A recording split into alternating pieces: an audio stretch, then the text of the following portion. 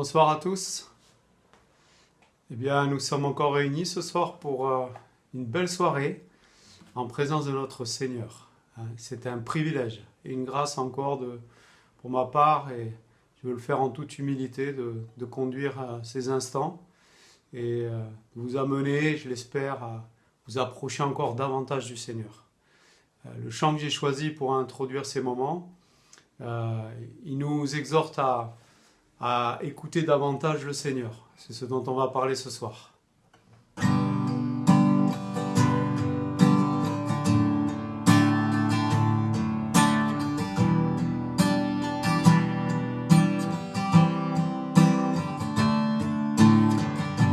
Si je me tais, oh j'apprendrai à écouter la voix du bon berger. Quand je l'entends, oh je comprends qu'il a payé pour ma liberté. Quand je t'ouvre mon cœur, je te vois Seigneur. Quand je t'ouvre mon cœur, je t'entends me parler. Et ta loi dans mon cœur toujours demeure. Et ta vie à chaque heure coule comme un torrent. Alléluia, gloire à toi.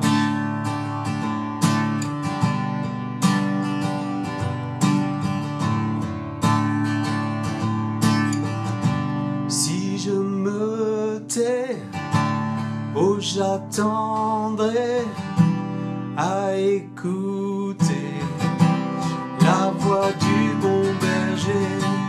Quand je l'entends, oh je comprends qu'il a payé pour ma liberté. Quand je t'ouvre mon cœur, je te vois Seigneur. Quand je t'ouvre mon cœur, je t'entends me parler.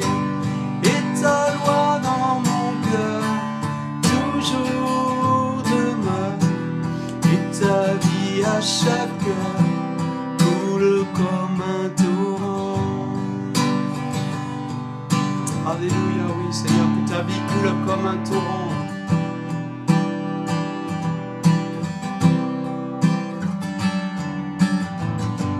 Quand je t'ouvre mon cœur, je te vois Seigneur. Quand je t'ouvre mon cœur, je t'entends me parler. Et ta loi dans mon cœur toujours demeure. Et ta vie à chaque heure coule comme un torrent. Si je me tais, oh j'apprendrai à écouter la voix du bon berger. Oui Seigneur, apprends-nous à t'écouter. La voix du bon berger, c'est ce qu'il nous faut, nous sommes tes brebis. Seigneur, tu es le berger parfait de nos âmes. Et nous voulons apprendre à t'écouter. Nous voulons apprendre, Seigneur, à marcher au son de ta voix. Merci Père, merci pour ces instants que tu nous accordes. On veut te louer, on veut te célébrer ce soir. On veut rendre gloire à ton nom, parce que tu es présent au milieu de nous. On te bénit Seigneur, parce que tu veux nous faire du bien encore en ta présence. Merci pour ces instants, qu'ils soient à ta gloire. Oui, que ton peuple t'honore dans ces moments, Seigneur. Remplis-nous tous de ton Saint-Esprit. Que réellement, Seigneur, on soit saisis par toi ce soir, dans ce moment. Oui, parle à nos cœurs au travers de ta parole aussi. Merci, Seigneur. Oui, nous sommes tellement heureux de te connaître. Amen, amen. Merci, Seigneur. Que le Seigneur soit béni. Alléluia. C'est bon de chanter, c'est bon de louer le Seigneur, c'est bon de lui dire aussi que nos cœurs désirent le connaître davantage. J'aimerais ouvrir la Bible avec vous dans ces instants dans le livre de Ecclésiaste au chapitre 4 Et on va lire au verset 17. Pour certains, ce sera le premier verset du chapitre 15, suivant les versions. Et on va lire le début du chapitre 5 aussi. On le lit ensemble, si vous voulez bien.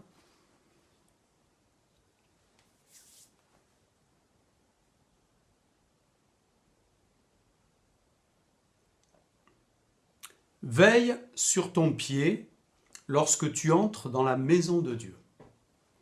Approche-toi pour écouter, au lieu d'offrir le sacrifice que présentent les hommes stupides parce qu'ils ne savent pas qu'ils agissent mal. Ne t'empresse pas d'ouvrir la bouche, que ton cœur ne se précipite pas pour exprimer une parole devant Dieu. En effet, Dieu est au ciel et toi sur la terre. Que tes paroles soient donc peu nombreuses.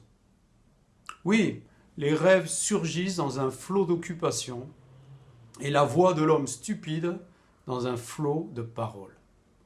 Lorsque tu as fait un vœu à Dieu, ne tarde pas à l'accomplir, car il n'aime pas les hommes insensés. Accomplis le vœu que tu as fait. Mieux vaut pour toi ne pas faire de vœu plutôt que d'en faire un et de ne pas l'accomplir. Ne permets pas à ta bouche de te faire pécher et ne dis pas devant le messager de Dieu que c'est un péché involontaire. Pourquoi Dieu devrait-il s'irriter à cause de tes paroles et détruire le travail de tes mains? Oui, s'il y a des absurdités dans un flot de rêves, il y en a aussi dans un flot de paroles. C'est pourquoi crains Dieu. Amen. Amen. C'est un texte que je travaille avec les futurs baptisés, mais également avec les futurs mariés, parce qu'il parle de l'engagement et des promesses qu'on fait au Seigneur. Je pense que c'est un texte lourd de sens, qui doit nous interpeller. Comme nous en avons parlé récemment en étudiant la réponse que Dieu a donnée à Salomon lors de sa prière pour la dédicace du temple, la présence de Dieu est un lieu où l'on vient s'offrir, où l'on vient offrir son écoute, avant d'être un lieu où Dieu doit nous écouter. Je pense qu'il est important que nous le comprenions. La première chose que nous devons lui offrir, je crois, c'est notre écoute. Salomon dit, dès le début du passage que nous avons lu, « Approche-toi pour écouter ». On sait que Salomon était doué d'une grande sagesse que lui avait donnée l'Éternel. Aussi, nous voulons écouter son conseil. Il dit aussi, ne t'empresse pas d'ouvrir la bouche, que ton cœur ne se précipite pas pour exprimer une parole devant Dieu. Jésus l'a dit, c'est de l'abondance du cœur que la bouche parle. Quel est l'état de notre cœur quand on vient se présenter devant Dieu? Est-ce que c'est un cœur revendicateur qui demande, un cœur qui réclame, un cœur qui est là comme devant un distributeur automatique appuyant sur le bouton pour que les bénédictions arrivent? Est-ce que c'est ce cœur-là que tu présentes devant Dieu? Parfois même, nous nous présentons devant Dieu même en exigeant des choses, en lui donnant des ordres. Que le Seigneur nous garde, qui nous donne un beau cœur devant lui, un cœur qui écoute. Parfois, on a même des cœurs qui sont en permanence tournés vers la louange, les chants, à tel point que ce sont la louange et les chants qui sont désirés plus que Dieu lui-même. Il est bon de louer l'Éternel, mais Salomon le dit lui-même, il y a un temps pour tout. Il y a un temps pour louer l'Éternel, mais il y a un temps aussi pour l'écouter. Et la louange, même la louange qui est une bonne chose, peut nous empêcher de l'écouter. La question est très simple ce soir. Il y a un temps, y a-t-il, c'est une question, y a-t-il un temps pour écouter Dieu dans les moments que tu passes avec lui? L'écoute est-elle le premier élan de ton cœur quand ton pied te mène dans la présence, dans la maison de Dieu? Je crois que si les choses sont dites ainsi, Salomon en donne la raison et elle est toute simple.